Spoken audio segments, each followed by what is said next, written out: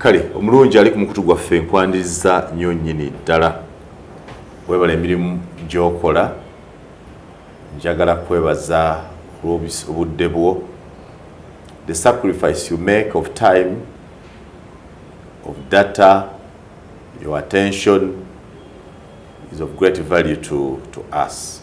Keep following, keep liking, subscribing and sharing, but above all, leave a comment.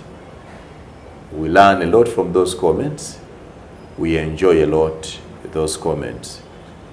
Let's have them and we'll respond. We'll get time to respond, especially where there's need for response. Kale, nga bulijjo nze Simon Muyanga Lutaya sa nina mukwano gwaffe Odhiambo Clidhe ow'ekitongole kimeddwa nga Gitoleze Foundation ng'abadde mugoberezi waffe okumala ekiseera ate era omu ku abo abawandika comments ku bye tukola era ngalooza nti omukisa gw'okubeera naffe gwa muwendo gy'ali okusobola okutuusa ku mmwe abeetaaga saavisi gy'akola temwandikitegedde. Njala kumwaniriza Ssebo Clidhe. Oli bulungi? Ndi bulungi Ssebo. Lulimi ki olusinga okukwanguyira, Lungereza Luganda? Lungereza. Lungereza. Fine, that's very good. Kale tujja kulya Ekingereza nina mukolo ennina with some mix. Katandikire ku gwe. Who is Odhiambo Clidhe? It's important to know the person. Thank you so much, Sir Simon. It's an honor to be part of this show. One is I bring you greeting from one of your key supporters. He handles my media presence. It's called Busia Live Medias from Busia, and when I was telling him that I'm going to be hosted by Sir Simon, he said, "Msaja bade mugobera nnyo, mwagala nnyo." Okay, that's very so good. So I thought it was called Busia Live Media. But Busia Live Media. But his real name is Wafula. Wafula. Kale Wafula. Nkulamusiza nnyo nnyini ddala. I am glad that Busia Live Media folds me and you're part of us. Wow, thank you. So my name is Clidhe Odhiambo. I come from Busia. That's the eastern part of Uganda. Born and raised. I think part of my full education was from Busia because I was in a place called Maraj. I went to Busia SS. Then I went to Busia PTC. I'm a teacher by profession. Then from there, of course, upgraded. I went to Chambogo, then went to Africa Leadership University. So, of course, even while still in primary, my mission, what I was looking at when I want to grow up, I was one of the few people who could say I want to be a teacher. So my teacher could say, "You want to be a teacher?" Or something. But me, I felt passion about. Your teacher also felt like it was not good for you to become a teacher. Yeah, they would say teachers are suffering, salary, what. That teacher is dangerous. So when people come from Busia, we don't know. Busia has Uganda and Kenya. So are you Ugandan Busia or Kenyan Busia? I'm from Ugandan part, but of course my mom is Kenyan, and that's why Odhiambo is a Kenyan name. I remember my friend was saying that when I had your show in NTV and it was Odhiambo, I couldn't relate. Are we from the same place? Or so I'm from the Kenyan, Ugandan side, born and raised there. And of course, for us, we eat breakfast in Kenya and lunch in Uganda. Yeah. That's good. So you're double raised. Yeah. So I was saying that I would say I want to be a teacher because I just felt passion in teaching others, making others learn. But of course, after some guidance, I thought I want to be in court and just wear that nice dress of lawyers. So when I went secondary, I changed my passion to law. So of course, after senior 4, I couldn't go to A level. Then I branched to go to primary teachers college. Then part of my first dream of teaching passed, but the other one of law, nagamba ati yo kanjira njireka. Yeah, so I did the course. Which schools did you go to? I said March Primary School. Busia, March is a UP school. Busia SS is USE. Busia is a government aided, so they're all in Busia. I one time even got admission at Busia University, so I would have been a Busia person all through. Yeah, but of course I crossed over to Chambogo, then flew over to ALU. Then yeah, so after PTC, of course, I went and started teaching But I saw that, yeah, I wanted to be a teacher, but in a more, not an enclosed environment, like in But a class, broader. in a broader perspective. So that's when my friend and I came with the dream of Victoria's Foundation. So just as a passion, we would, I would go to teach in class. Then after some time, we organize career talks for secondary, drug abuse cessation trainings for community, just like that. So of course, he was also at Makerere. But growing, as that dream kept on, as we kept on growing day and day, we saw that we needed to really, the thing was really, wamba, not just like... You fell into it, you got into it fully. That's it. So in 2017, we registered as a CBO, of course, started organizing youth summits to call young people, talk to them, but yeah, we can't keep lamenting that government at Yamba, we are poor families, we can change our minds and do something. If you've gone to school and you don't have a job, do what you can find there so that you're getting something to sustain your family and yourself. So yeah, also when I went to Clidhe University, I still did the same as a capstone project. So while at school, I was still doing the same. Of course, I was looking at the implication of youth unemployment, their livelihood. How are youth affected by the rate of the unemployment, the population, the rising population of the young people? So yeah, that's it. So as somebody who lives in Busia, we normally want to understand life around the border. How is the economic life around the border? Are people as poor as we are, or because there is a lot of business there is cross-border business? What type of life do the people of Busia live? Now, sometimes when you say, are they poor as we are? But we know that most people, poverty rate in some parts of Eastern Bukedi and of course Moroto was. And that's why we're even advocating, if we have a minister for Karamoja Affairs, we don't even have a minister of Eastern Region Affairs, because we are all, and they're there for them. They even have gold, they have cattle. For us, we don't have. But at the border, of course, the noble activities used to be smuggling, which is illegal, and produce. Now, these things have gone down. Of course, smuggling has gone down. Yeah, not because for us when we were growing up, we could see real smugglers passing, running. Some could even enter our houses to hide. Right? We could see, but now it is, of course. What do you do when they run into your house to hide? You keep them or you chase them? What's the common practice? Of course, the honest point is the population want to support the smugglers because they know they're looking for livelihood. So they said, hate the enforcers. And most times I thought you were going to lie to me. No. You hide them and say, It's not about chawade, but we're just looking at some of these smugglers people we used to know how they are living. So when they are looking at money to take their children, making a fortune. Making a fortune. Leave them. But also there are things that, of course, the East African community have accepted to freely pass. But when they arrest a layman who doesn't know that, will still know that I'm smuggling and my things have to be taken. So Busia is, to me, I see it as a place that can create good business. Since at the border, we're looking at the gold there. We are the biggest gold producer. But also, there's gold in Busia. In Busia. Do locals benefit from that gold, or it's from foreign companies, government people? Of course, the locals benefit through the jobs they give them.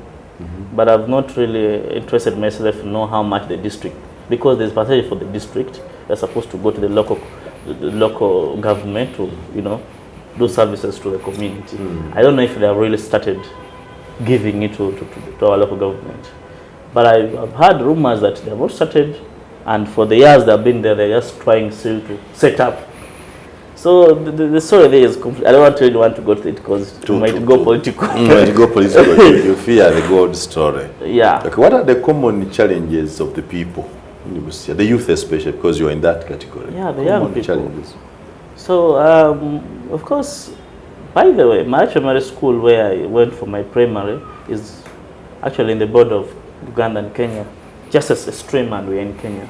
And there was a stream there where it used to be like an opium hub, because it's not in Uganda, it's not in Kenya. It's that no man's land. So most Even to arrest those people, there used to be some days we could wake up and we see Ugandan police uniform and Kenya coming together to make those people run. It could be once in a month or something. They run for a few days, then they come back. So a number of our young colleagues also fell into that. They would come to school, branch buy, take opium, and it took them. But also at the border, you know, prostitution. A number of our friends went to that. There's a lot of alcohol in that place, both in the Kenyan side and the Ugandan side. A number of young people fell into that. Okay. So that's why also we brought in Clidhe Foundation to help those who have not yet gone there, but also to bring like hope to those who have gone there, kind of rehab, but into a mindset change approach. So what does Clidhe Foundation do? Yeah, Clidhe Foundation, it's a kind of a Swahili word, it's a broken Swahili, Clidhe. So the Swahili say kujitolea, to just wake up and support, stand up for a cause. So we started this as people want to be change makers, want to cause change. People are voluntarily standing up to create change. Because at the beginning, I think I said that we didn't want to be part of the people lamenting. Government etuyambie, tusome twali mulimo, abana masomo, we don't have fees to pay, blah blah blah. We wanted to bring in a community approach where we the own solution to our problems. Because as much as we are lamenting of the roads, they're the same roads from Kampala to Busia, right? Of course, now we have a new one in Sita, which is a new one. But if you look at our, like the roads are the same, pretty much what we see in mainstream media, the demonstration of roads. You look at teachers, what local government pays for teachers in Kampala, the same as those in Busia. If you look at no employment, we also don't have the employment, right? It's the same thing. So if we can't stand up to look at what can we do to benefit us, then Clidhe Foundation is youth-led. We founded it with the mission of transforming the mindset of young people into a better person. But so how we transform the mindset is now where we go to the community and train them. So we do practical skilling, we do hairdressing, we do tailoring, we do ICT. So it's kind of, it's not like already a vacation or training, but it's kind of weekly. Sometimes we do 1 month, sometimes 2 months, depending on the funds we've raised for that purpose and how many we can target for that purpose. But also look at health part, because before we train you to be a better person, you must protect your life. You know, you must be out of free from HIV or blah blah blah blah. But also looking at the climate change effects, we also look at something like environmental protection. But now how we do it is we collect the what we think are uveras that harm the environment and do art pieces. So we make the useless to useful, right? So we pick the veras, the boxes, and make art pieces. I didn't carry any because I was around Kampala. I didn't go to Busia to pick samples, but that's what we do. So we make them, we make art pieces and sell them, most especially for youth groups and women groups. But women groups are good because for them they have time. Young people don't have time. We're looking for them, but finding them is very hard to find them. Yeah. How far do you go? Are you operating in Busia alone, or you have expanded to other areas? Yeah, we expanded last year. Bugiri District Local Government gave us a working permit. Of course, there's a funding we're expecting. That's why we asked them to give us an entry there. But it delayed to come. So since they gave us, we are only planning to start setting up school demonstration gardens to 7 schools in Bugiri District. So we've not yet started officially operating there. We're still even using the Busia office to operate in Bugiri. So we so far have Busia program and Bugiri programs. Like in terms of population, how many people are you reaching now? People you have reached, people you are training, those you have contacted, and how do you do it? Do you go to communities and look for these people, or people come and look at you at your center? Okay, so in terms of impact, we have an impact report that has a number of specific reach for a different project and program. So for example, Mushroom, we obtained 250 women. Of course, those are in groups of 30. So if you look at the total number, they reach close to 250. For the young people, we've reached close to 500 people. Those are direct people. But if you look at the kind of indirect and direct beneficiaries, we close up to 1,500 people we've reached to since we started our operations.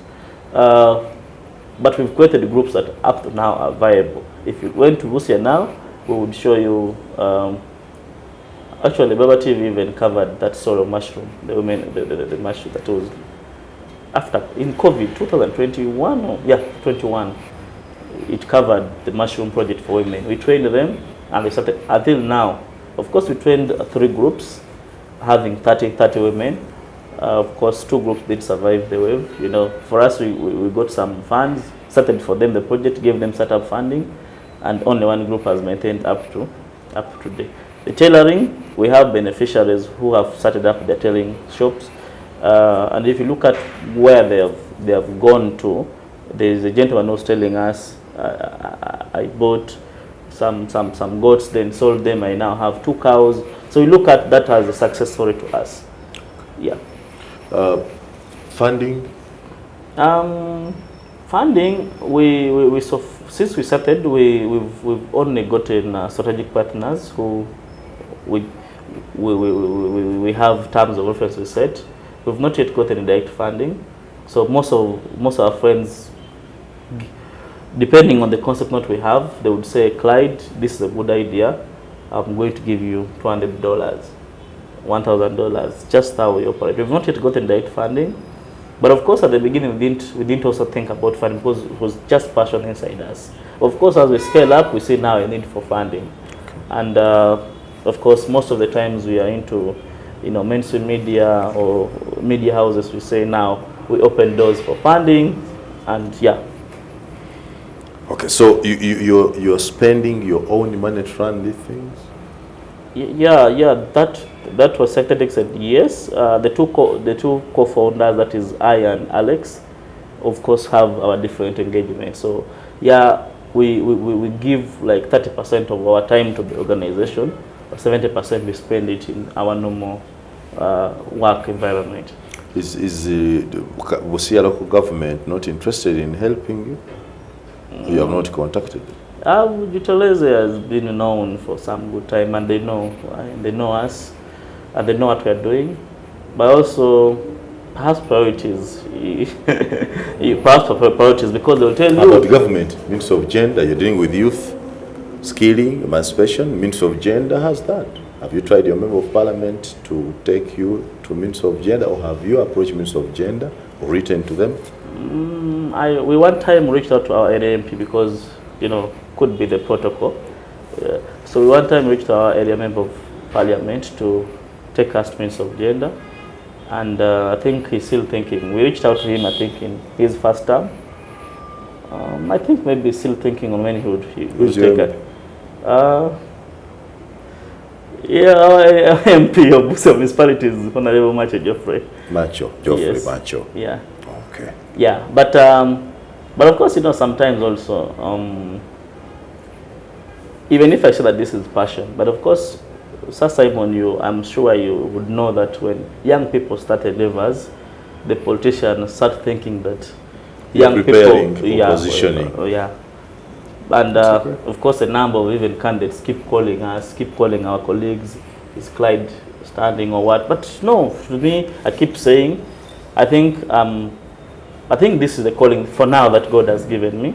They keep calling and asking your friends, but what is the truth? Do you want to stand? What is the truth? And the truth is that until to now, when I'm here, I've not thought about that. I think by the time God will give me the revelation, then I can't say no, I will not, or what, because already if you're in community, you're in political arena. We're fighting political wars that we didn't even, envisage at the start. We have a youth center because at one time we lobbied for youth center that we wanted to put this vocational training into, but nothing. Since 2017, nothing is happening there. And I've aggressively even attacked the cow, the mayor, the LOC5, asking them what's the problem. Because this way in Busia. So even if you're non-profit, so that is a profit-making venture. But of course, the proceeds go directly to supporting the vulnerable community. Did it work out? Yeah, it worked out. We humbled that the Honorable Ambassador, the former Ambassador of South Africa, who is now the NRM National Treasurer, was the chief guest. We had some staff coming on board. They gave us some money, and we raised close to 10 million in the first, and Busia getting that money is. Of course, my friends who we work with who know me, bring it in Kampala. we're going to make sure that we make it work. We're going to reach out to a number of people. But I'm like, I'm from Busia and I want to change Busia. Kampala has their own people. You Kampala, you know, Antuayo, Nanya, Busia, at least a level of maybe ginger or something. And that's how we develop. That's how we develop areas. You don't go where it is developed. You'd start from where you need to develop. Where do you see yourself in the future? In the future, one is I want to create a vocational skilling center for Busia. Vocational skilling center for Busia. Where the youth. Where Busia youth or the neighboring community, they stand Uganda. How do you want a skilling center when the first youth center given to you by World Vision is not under use? Of course, now the concept of World Vision, how it works is, even if we lobbied, it has to work to do it in a government land. So it had signed an MOU with the municipality. So municipal had to buy land, then for them they did the development. So that means that they had to request municipal to take care of the management. So for them, after, they left it. So now, this is a place where I want the community. Of course, the funding I'm raising are for the community. So it's like a community center where we can set up a community leadership, then put the skilling center that has no interference from politics or, you know. Of course, they, as the legal guys mandated to do an oversight, they can do that, but where we have full responsibility and full accountability. So part of your future prospects is to have a youth skilling center in Busia. Yes. Where do you intend to get the funding? I have friends I'm already approaching, and they see the dream viable, because I also want to create a community demonstration academy where the whole of, you know, schools can come, community can come, just to have a therapy. Now, sometimes why we become, why we lose focus, why we lose hope, is we don't have somewhere cool where we can go and interact with the natural resources, with the environment. So, my friends see it viable, and of course we're still contacting other people. We are, you know, we wrote the concept, send it to our friends to do an edition, and I'm sure fans will come. For me, I will keep saying that if God sees our dream viable, what drives you in all these things? I was grown up by a single mother who had nothing. I was just selected by a community. When I finished primary, I had a very big date, and the school just said, "You're giving us a first grade to go into your game secondary." So the same to secondary. So after my senior 4, I had one Mr. Kendo, Peter, who moved with books to ask me for money, take me to college. Moving with you with the book, with the book community. Nyumba ku nyumba. Tuyambo omwana ono n'otwayo omutwala asome. And the community raised money for you? They raised money for me. That's wonderful. In Busia there? In Busia. It's a wonderful community. I remember somebody who gave us 1,000, 3,000. I said, actually I don't know those who gave me 50,000. But those ones who gave 1,000 gave it to me. So I think there are some people whom we can still give hope and become Clidhe and more than Clidhe. That is, in some communities here, they would simply chase that person now. They say, again, they're taking a book. You go around with a book telling people to sound the room. So I see that community as precious to me, right? How then would you not stand to be their leader? Of course, let's cross the river when we reach there. For now, I think creating this is more viable to me. Because what I've seen is most leaders want to go. They are good, very good people, but when they get to the mantle, things change, and you're like, is this the system or this how to behave? So I might think I want to, but I'm like, what if I will also change and be a bad person? So for now, my calling is support Busia. And Busia, through skilling the young people, you know, talking to women groups, linking them to opportunities. What's your legal status? As Gitolezi Foundation. So we, last year, we already completed the company. We are now a company limited by guarantee. And our file is already done. We are going to be an NGO, fully registered organization. An NGO? Yes. You are yet to get your certificate? Yes. But you have done the processes? Yeah. Okay, that's very good. Anything special that you'd like to tell the youth as we conclude? That we can do it. You can. We can do it. and everyone has said we can do it, but it's just having the focus. Of course, hard work is there, but knowing God, but also when you make it before us, come back and help others. Let's push ourselves. I was interested to know that people who give us funding, the Bazungu, are very broke people. But here the people who have money but don't give back to community. Why? Because tumanya kuyambagana muzego abazungu. So I'm looking at buyambi abusubira bwetu. Abazungu bajja tuwa sente. Abazungu bajja tuwa sente. Nobody says njabba wa sente abaganda bajja tuwa sente. And I'm interested to know that the Pope Francis once said that no one is too poor to give and no one is too rich to give. Everyone can give. So we can now support our communities. Omuntu afuna ekizibu maka toyita mayor oba councillor wiki soka, because it could only be 5,000 utwala muntu mudwaliro, then we see the process how it will go. So just want to be that example that who will cause that change to community. Let the youths know that we can help ourselves, we can be helped. If we have, let's help. If we don't have, let's accept to be helped. Thank you. I want to thank you for your time. Mr. Odhiambo Clidhe, it's been great having you today. First, that you identify an opportunity with us and then you come up. Two, that you have passion to pursue what you believe in. One of the things I keep doing and encouraging people on this channel is that every one of us can make a contribution as a building block, either as a cook, as a border man, as a youth, a change agent, as a media person, as everybody. And the reason I wanted you to come and speak to us is that you are doing exactly that. You think you cannot be a politician for now, but you can make a contribution through Gitorezi Foundation. Another person can make a contribution through whatever they are doing. Keep moving and God bless you. Amen. Thank you so much.